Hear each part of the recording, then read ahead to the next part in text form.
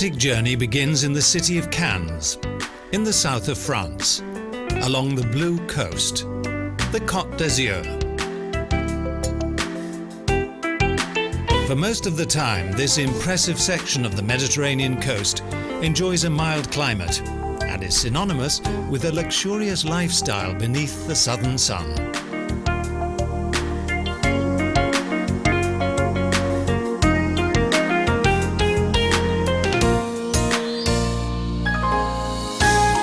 Flanked by the beach on one side and by hotels and luxurious shops on the other is the palm-lined thoroughfare of Croisette.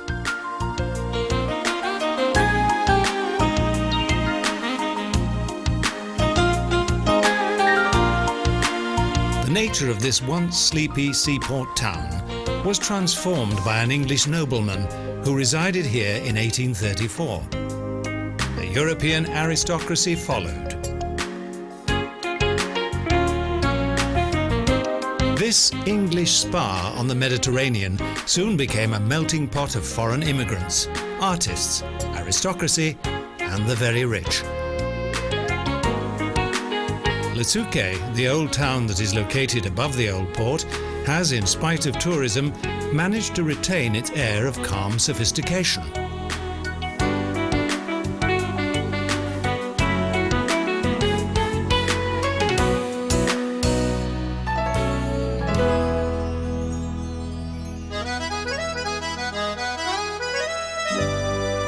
The markets in the old town offer an abundance of eye-catching vegetables, fruit and fresh fish.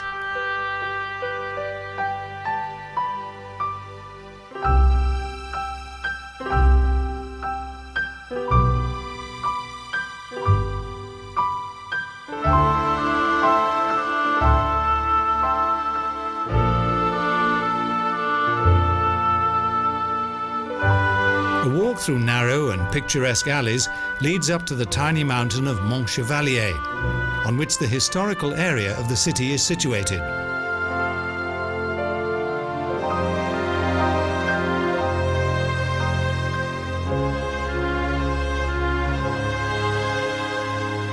Looking out across the old port, the bay and the red rooftops of the old town, the view is most impressive.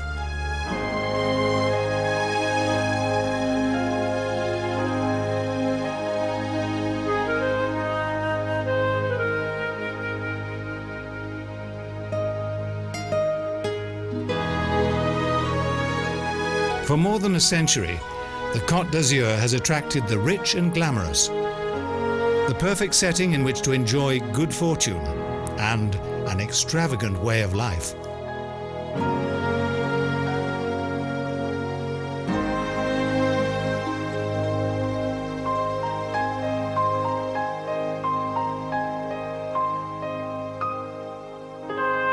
And nature also has part to play.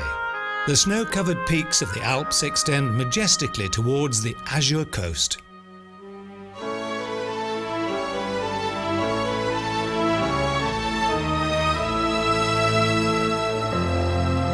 This is the majestic location of the ancient castle of the Abbots of Léron, and also the huge cathedral of Notre-Dame de l'Espérance, a fine example of late Gothic provincial architecture.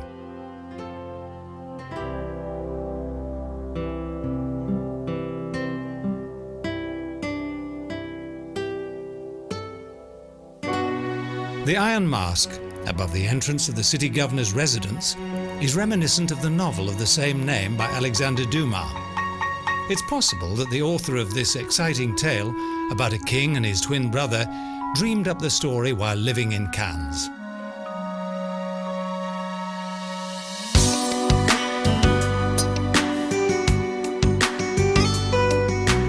In the busy port between the new Festival Theatre and the picturesque houses of the old town, fishing boats are moored alongside elegant yachts.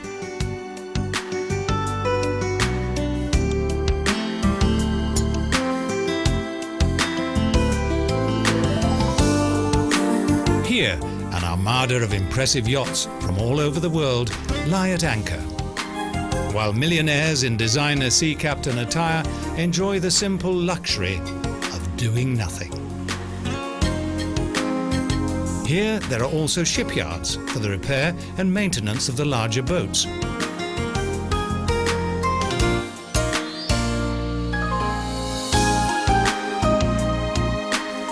We pass across the old port by ferry to the largest of the Lerinian islands, the Île Sainte-Marguerite.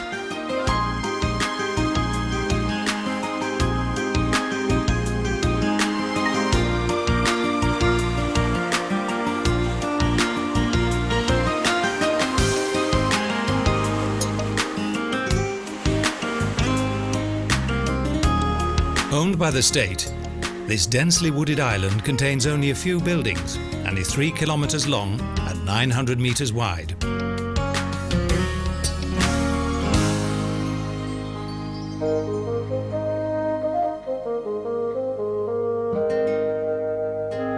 Richelieu erected the island's Fort Royal that eventually became a prison. Its most famous occupant was the man in the iron mask, whose secret identity Dumas later revealed to the world.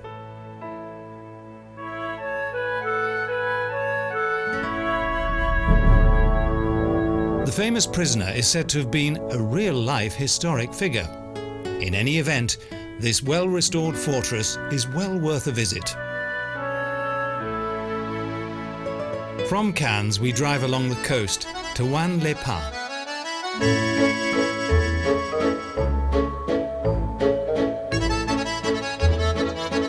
Originally, this amazing coastal resort was only a simple train stop that was built here in a pine forest during the construction of the railway in 1881.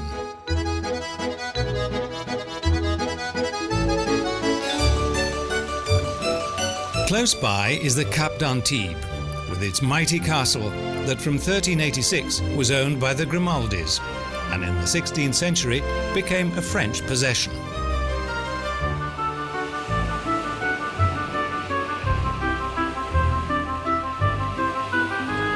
A huge defensive wall built by the Sun King's master fortress builder surrounds the old town and protects its seaward side.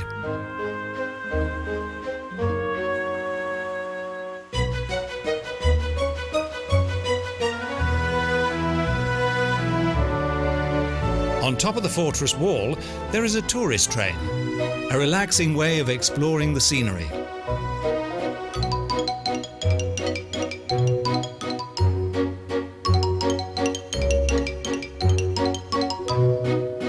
Through a confusion of narrow alleys, passing old dwellings, and to an old fountain.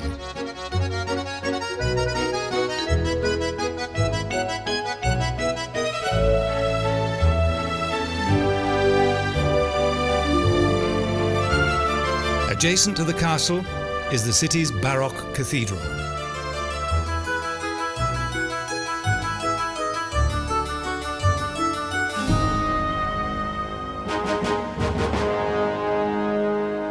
As a defense against its border with Savoy, Antibes had much military significance. The fortress complex resisted all attempts of invasion. Pablo Picasso had his own museum in the chateau.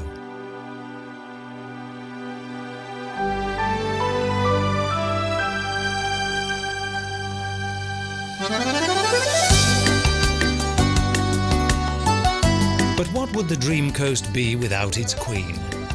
A fascinating and colourful city lying on the curve of Angel Bay. Nice. This metropolis has lost little of its turn-of-the-century charm and its attraction as a summer holiday and winter health resort.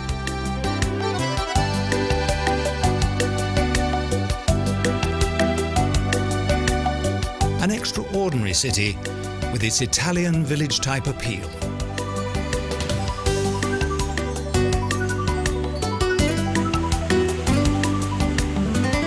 The magnificent Promenade Des Anglais, named after the resort's former large contingent of English visitors, was built during the 19th century.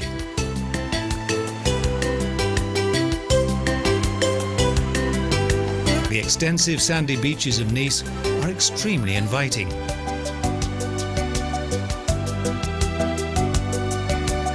There's also a charming little sightseeing train.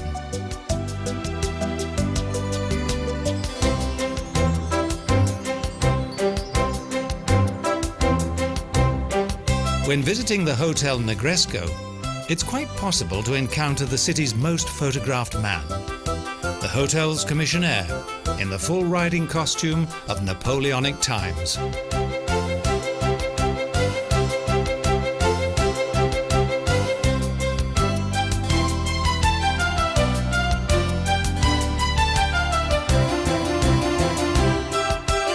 Lavish buildings that date back to the turn of the century flank the boulevards of Angel Bay. The tiny tourist train passes by again, only to disappear around the corner of the next building.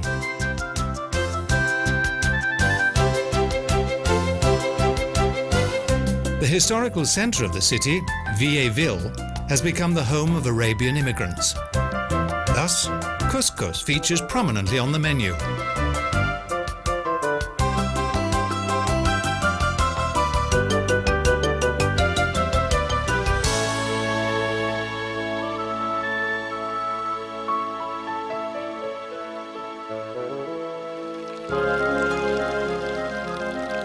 The old fish market is the most beautiful on the entire Côte D'Azur, and its traditional displays of seafood are a feast to the eye.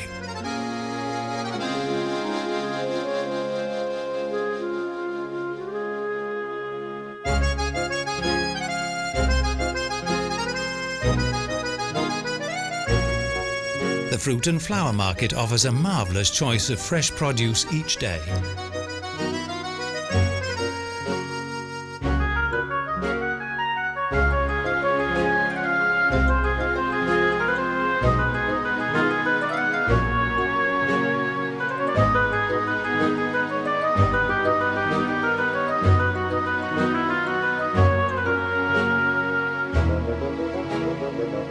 The fish vendors make practical use of the water that flows from the fountain.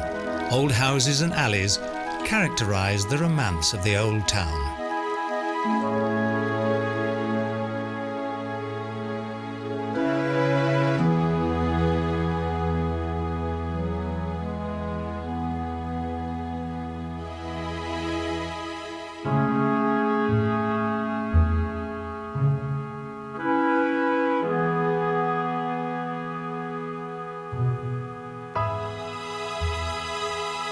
In recent years, they have been restored, along with many of the city's religious buildings.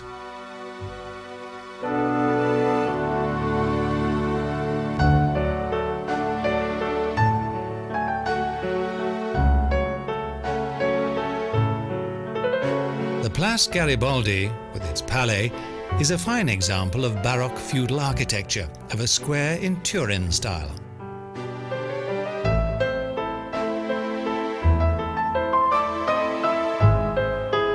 The square was named after one of the city's most famous inhabitants, Giuseppe Garibaldi, born in 1808, and who, although Nice later reverted to France, fought strongly for its unification with Italy.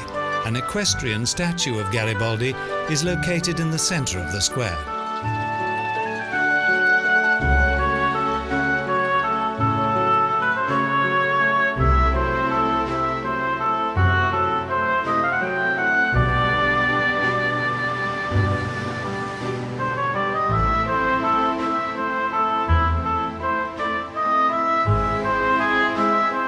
The city's oldest church is dedicated to Holy Martin. Garibaldi was baptized here, and on his journey to Rome, Luther preached here.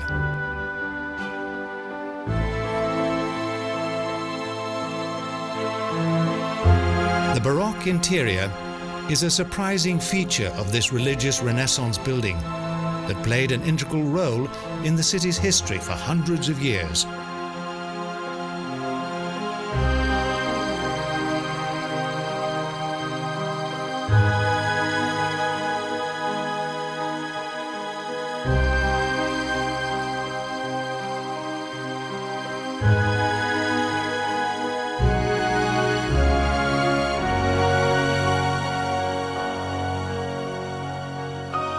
The familiar view over the red rooftops of Nice stems from many a motion picture that has been produced in the city's film studios.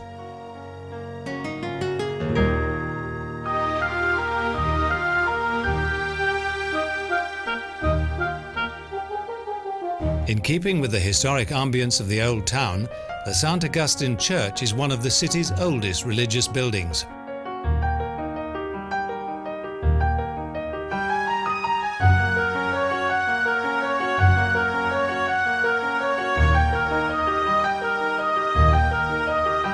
Nice has many faces, a modern centre of commerce, and also 500 years as a religious Italian city.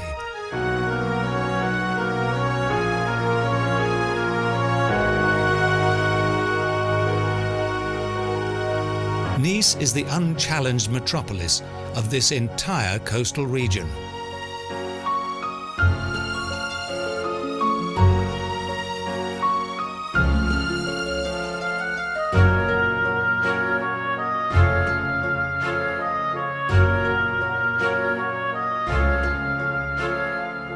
Old houses and narrow alleys still depict the romance of the past, and the city's comfortable street cafes and bistros have changed little with the years.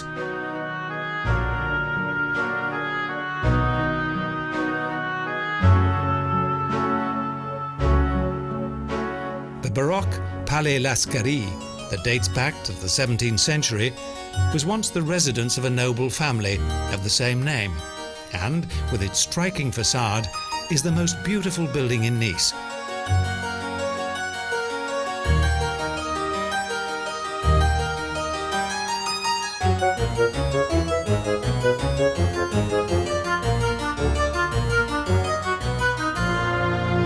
The stylish entrance hall and various lavish rooms that contain beautiful ceiling paintings and wall decorations give an indication of the Lascaris family's wealth.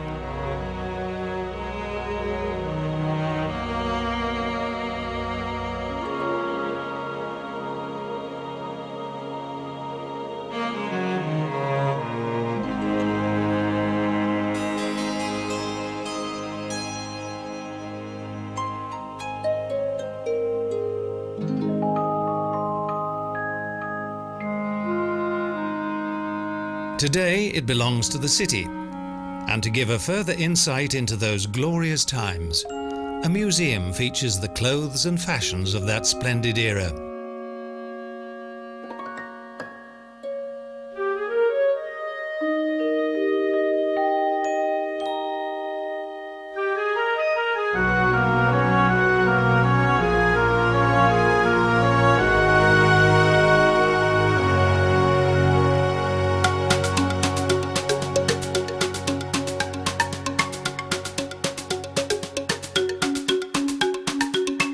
Next, a journey on the Azur Express.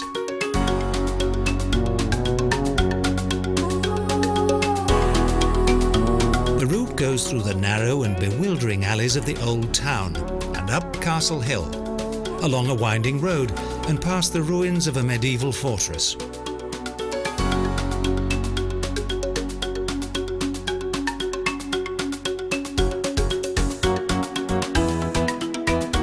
Next, a bracing downhill ride returns us to the old town, down to the Promenade Des Anglais.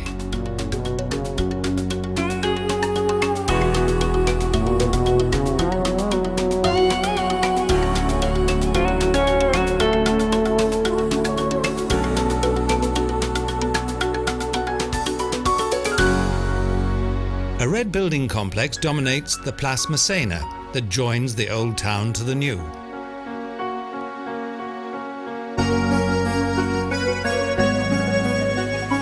A huge water basin with a collection of water fountains animates the square.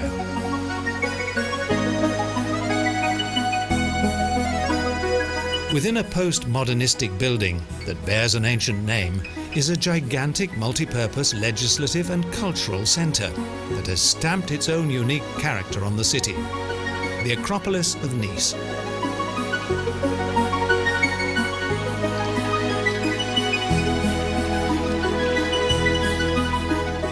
The Museum of Modern Art is contained within a building constructed of marble, iron and glass, in front of which are displayed contemporary works of art.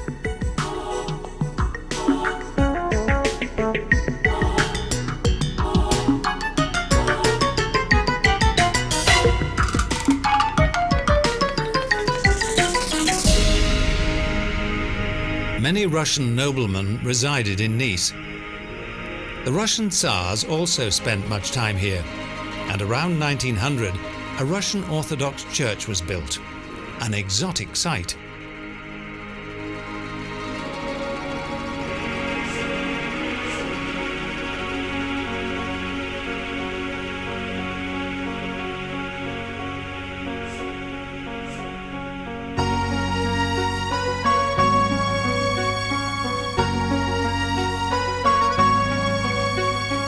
Located at the foot of a naturally sheltered bay is the city's old port, Port Lympia.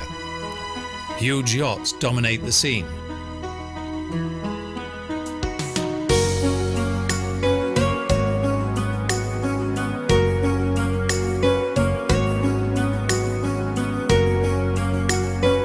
It's from here that large ferries journey to Corsica.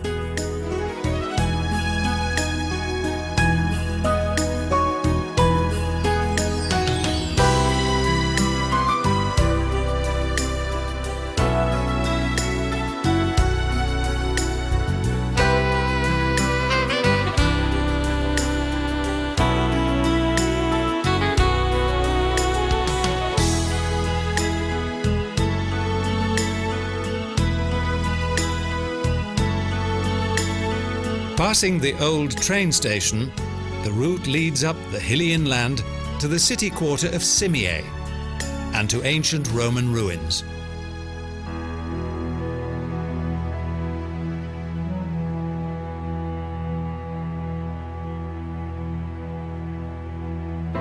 Why, after 5 centuries, the Romans left here is unknown.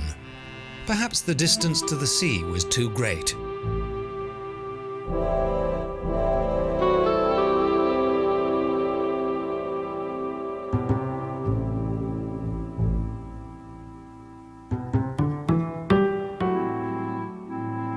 On a large area of ground, an ancient Roman amphitheatre and baths were discovered.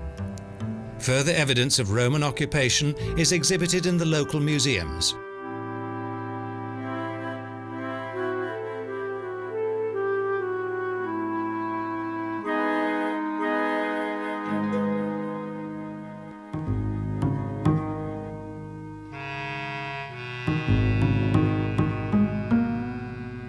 Here, a Roman column has been restored.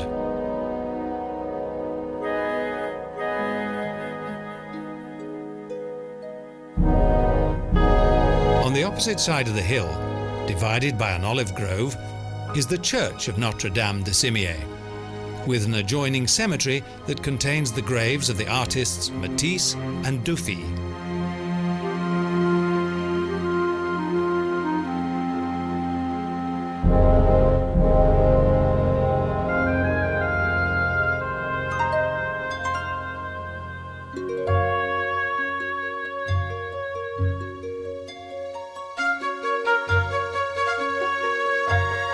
The adjacent monastery complex contains a wonderful garden with blossoming flower beds, tiny fountains, and small winding pathways.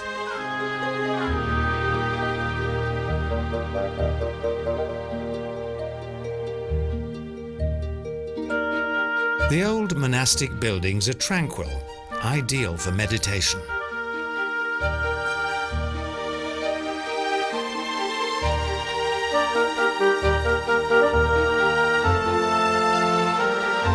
Once again, we travel on Castle Mountain to the east of the city, to the ruins of some large fortifications that were destroyed in 1706.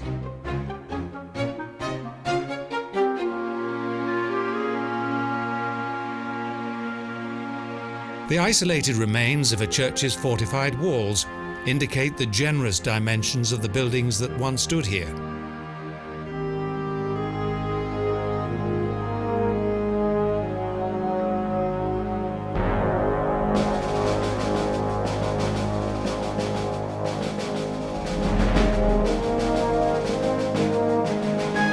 The cannon on the ancient fortress are included in our last views of Nice Bay.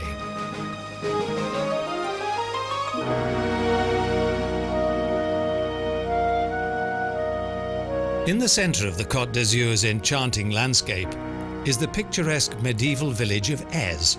Its church tower can be seen in the distance.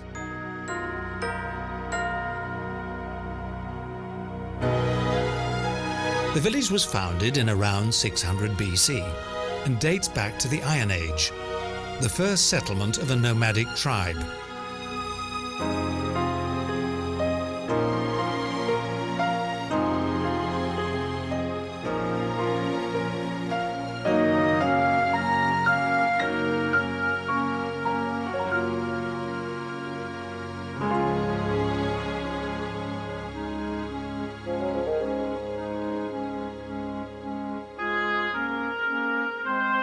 Most of the village that can be seen today had its origins in the 10th century.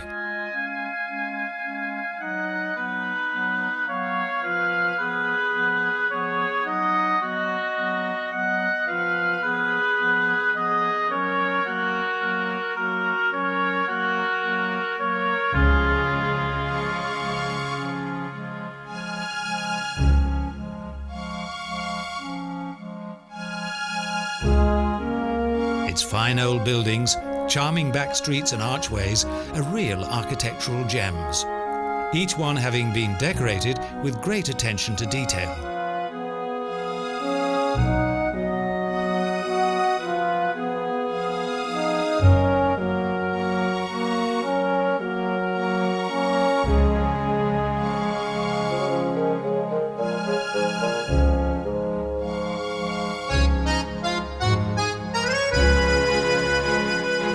Life in the village was mostly very rural, but in the 19th century, Eze had already begun to attract visitors from further afield.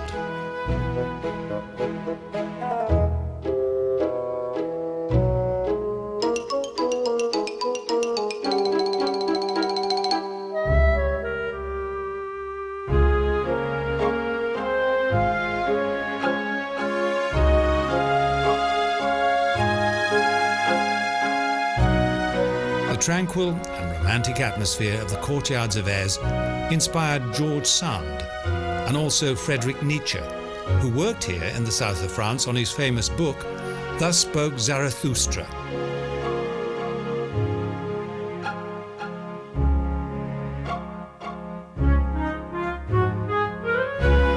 Fortunately, the village's subtle charm hasn't changed over the years, and its two small deluxe hotels blend harmoniously into the rural landscape.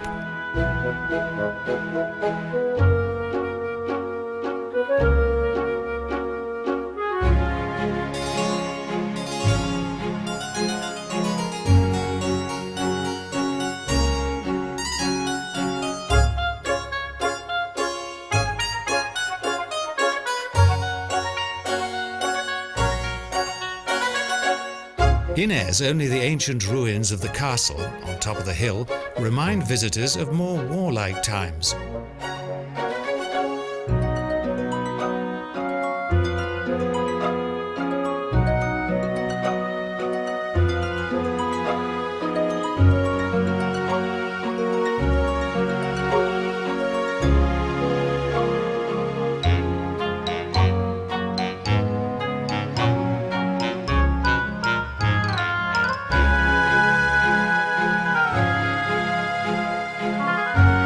Most damage was done to the village in the year 1706. The troops of King Louis XIV destroyed all of Eze's fortifications.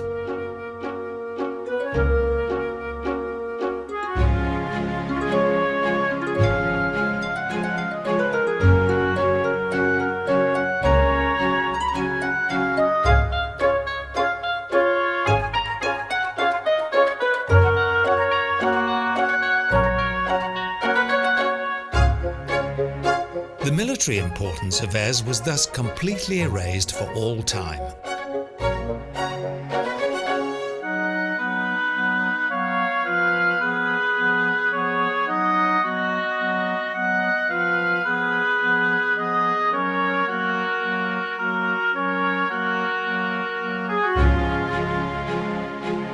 Today, tranquility seems almost to overflow from quaint windows onto the streets of this charming village.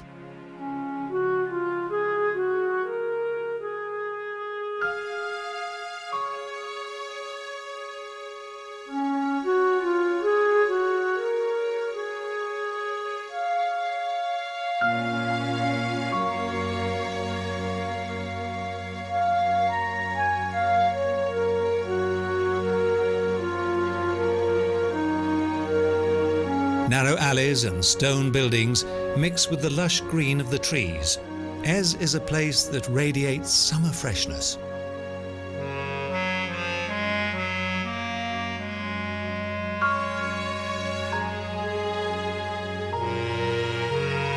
In a magical kind of way, light and shadow unite to form a magnificent picture of pure beauty.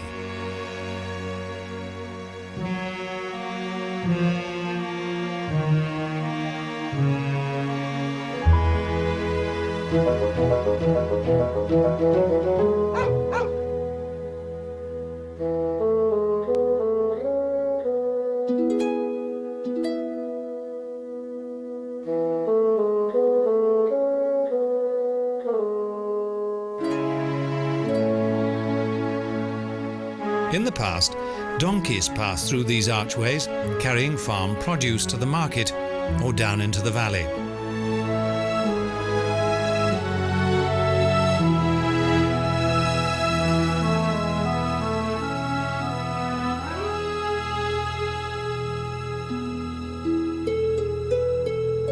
Even to this day, the village has remained undisturbed by noisy motor traffic and other such devices.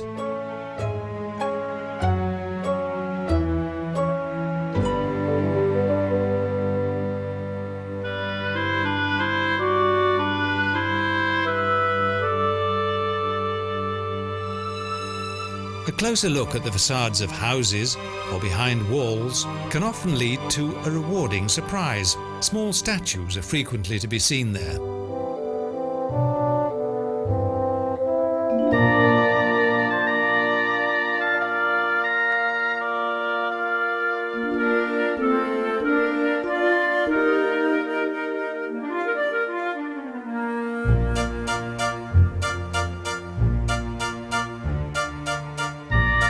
Despite its daily visitors, Eze has managed to preserve its traditional character and original ambience.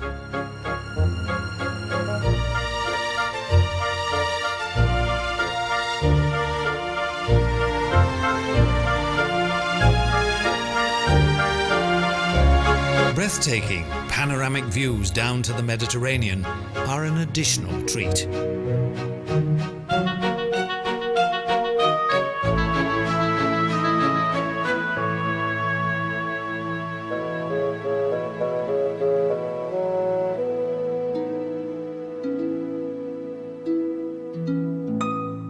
Founded in 1947, the Cactus Garden is yet another sightseeing attraction.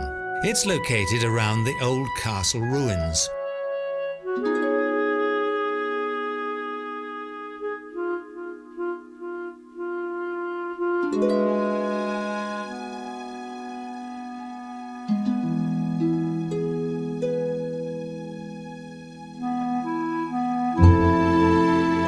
Both tropical and exotic plants have found a beautiful new home here in Eze. Here the houses cling to the rock walls like swallows' nests.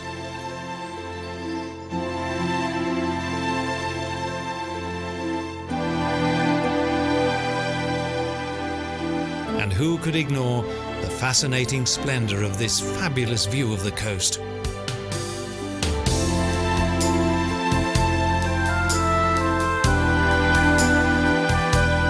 Only a little further along the coast, and we reached the Italian border, the Principality of Monaco.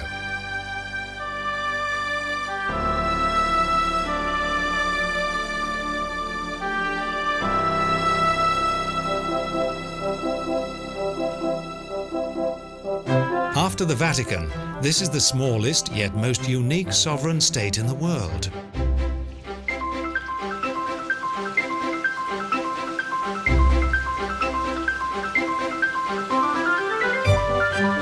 Here, the prices for a square metre of land are the most expensive in the world, hence the tall buildings.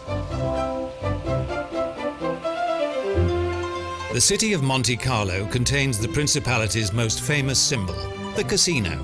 Designed by the architect of the Paris Opera House, Charles Garnier, this superb casino was built in 1878.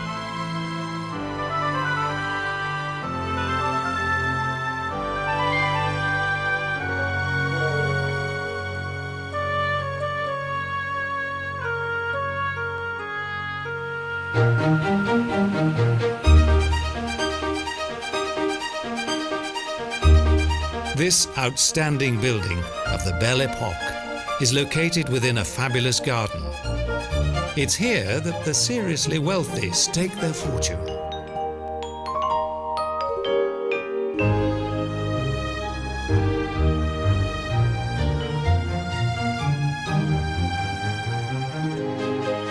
Although the terrace provides the casino's 480,000 annual visitors with a glorious view, the allure of the gambling tables keeps them well and truly indoors.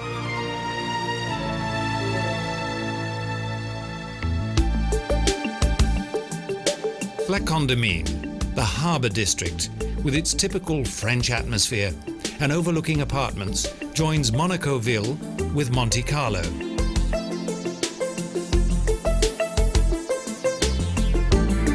Luxury yachts anchor in the harbour throughout the year. They travel from all over the world to visit this much sought-after tax haven, an exclusive casino paradise.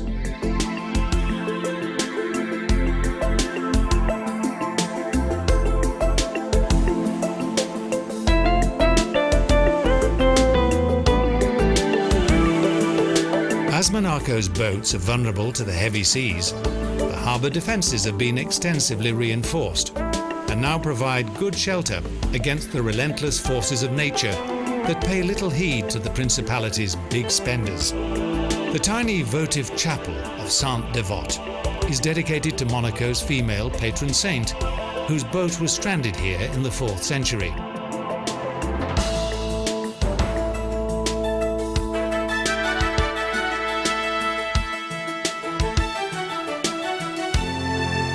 A wide and secure path leads up to the large rocky plateau of La Roche, upon which Monaco Ville is crowned by its princely palace. The palace was built here in 1215 on a former mighty Genoese fortress.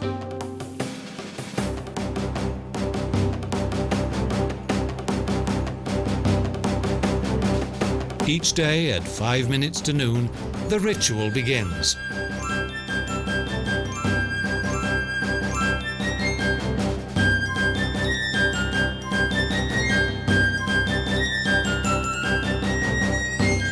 The changing of the guard takes place in front of the Moorish-styled entrance to the palace.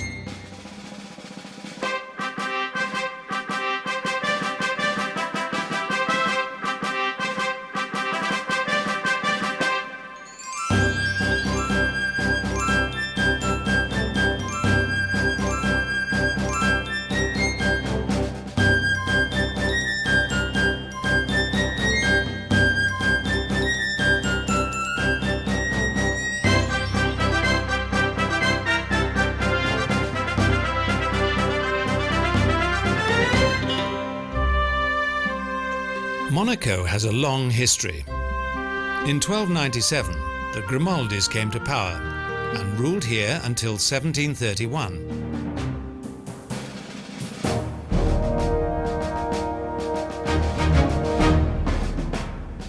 Next followed the monarchs of the Goyon de Matignon dynasty, who took the name Grimaldi and are still in power today.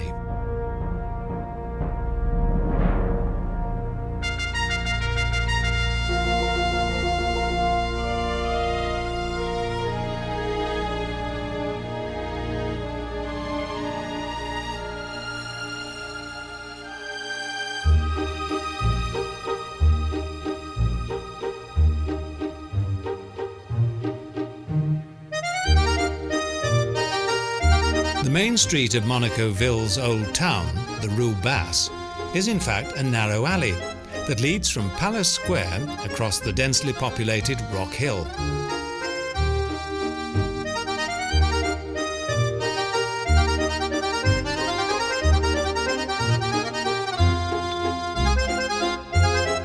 The splendidly renovated houses in the narrow alleys date from the Middle Ages.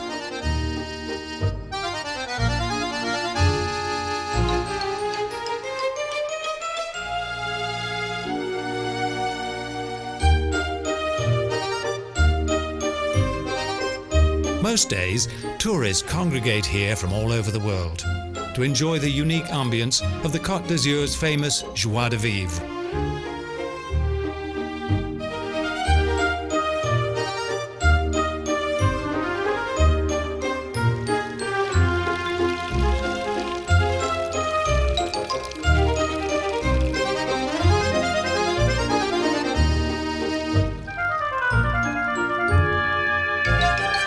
The Rue Basse suddenly opens up to reveal a small fountain in front of a tiny chapel.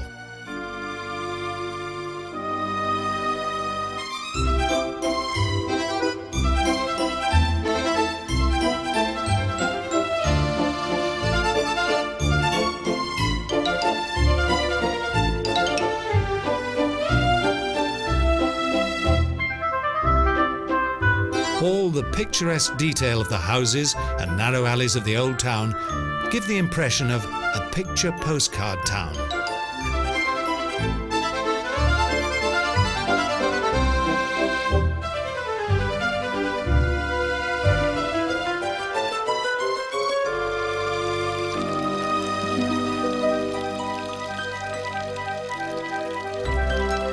The facade of the Palace of Justice is reminiscent of an Italian Gothic palace, but a smaller version.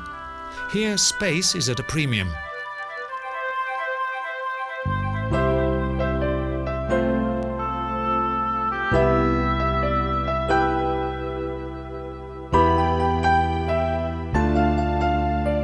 A large number of tourists crowd around the Bishop's Monument and take in the atmosphere while enjoying coffee and a tasty gâteau.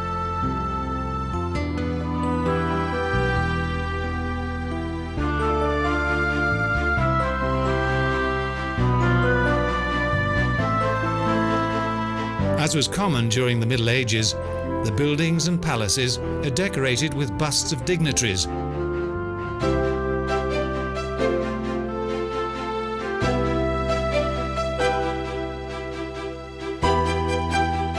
Newly built villas have been designed to fit in with the old buildings.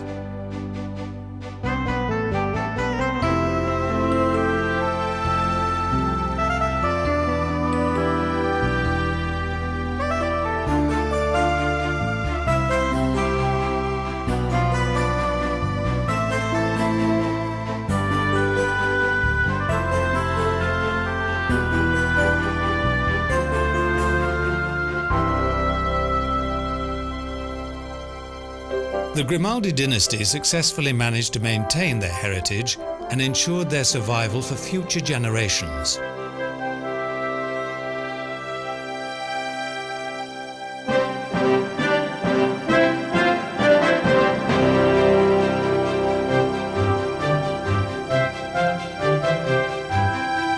The neo-Roman Monaco Cathedral was built in around 1897.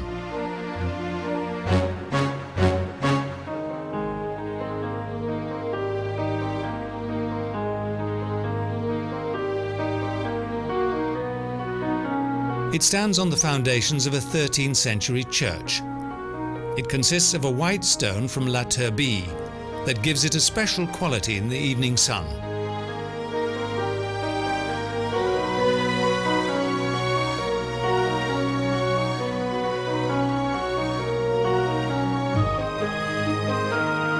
Playful Byzantine decorations adorn the sacred building.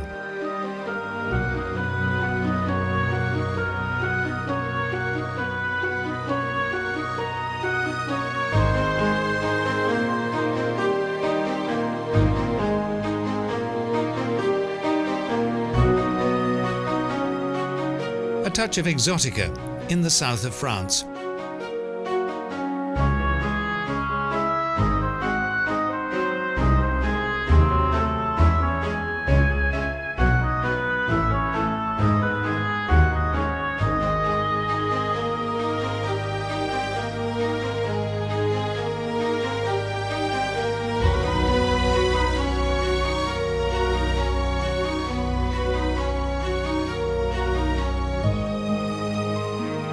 The cathedral's large interior is dominated by the main altar, designed by Louis Braille, and the Archbishop's throne, that consists of white Carrara marble.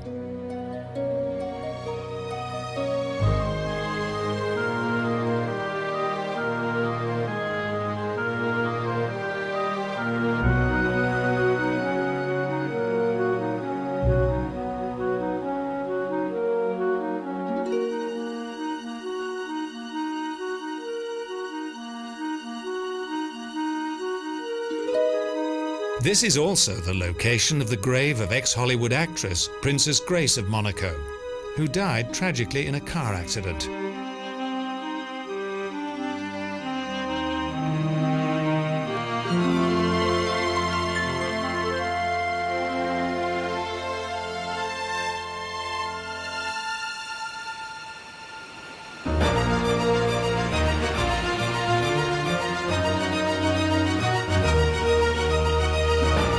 On the opposite side of Monacoville, the old town was built on a rocky plateau that slopes down steeply to the sea. Here, Prince Albert established the Oceanographic Museum.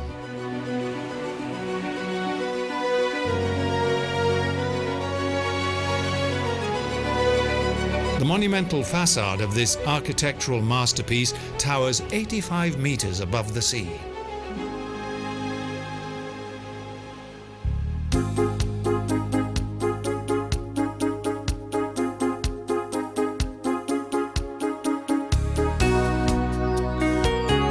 And of course, a round trip on the Azur Express is an absolute must. The train journey starts in front of the museum.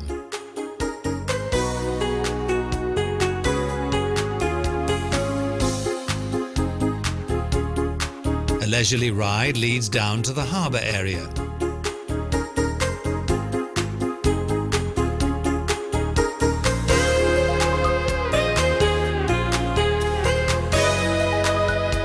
And soon back again, passing the large square in front of the palace.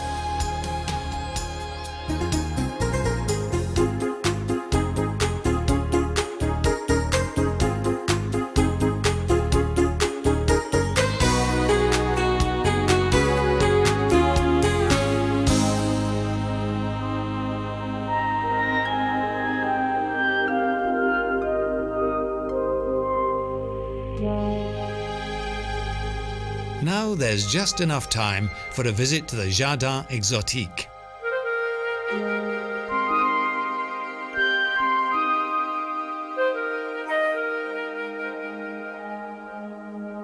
This famous botanical garden appears to cling to the rock face in the Moneghetti quarter, high above the Principality.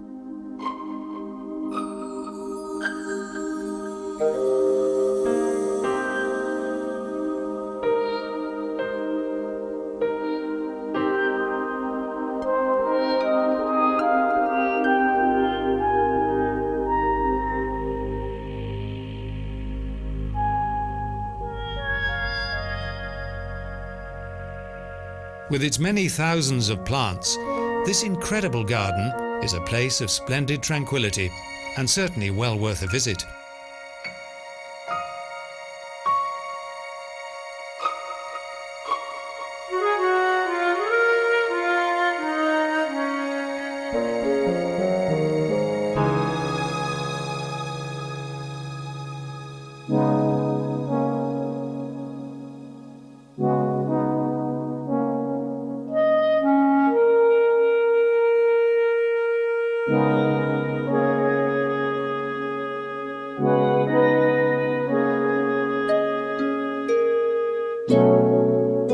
During the 16th century, the garden's first amazing cacti were imported from the American continent and have since been cultivated with a lot of loving care.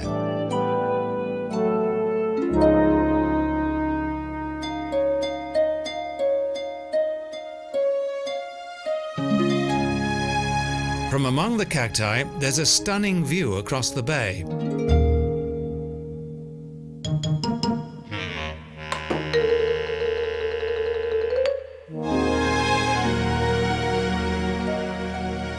The extraordinary microclimate of the Cote D'Azur has made this garden a special place that is admired by all who see it.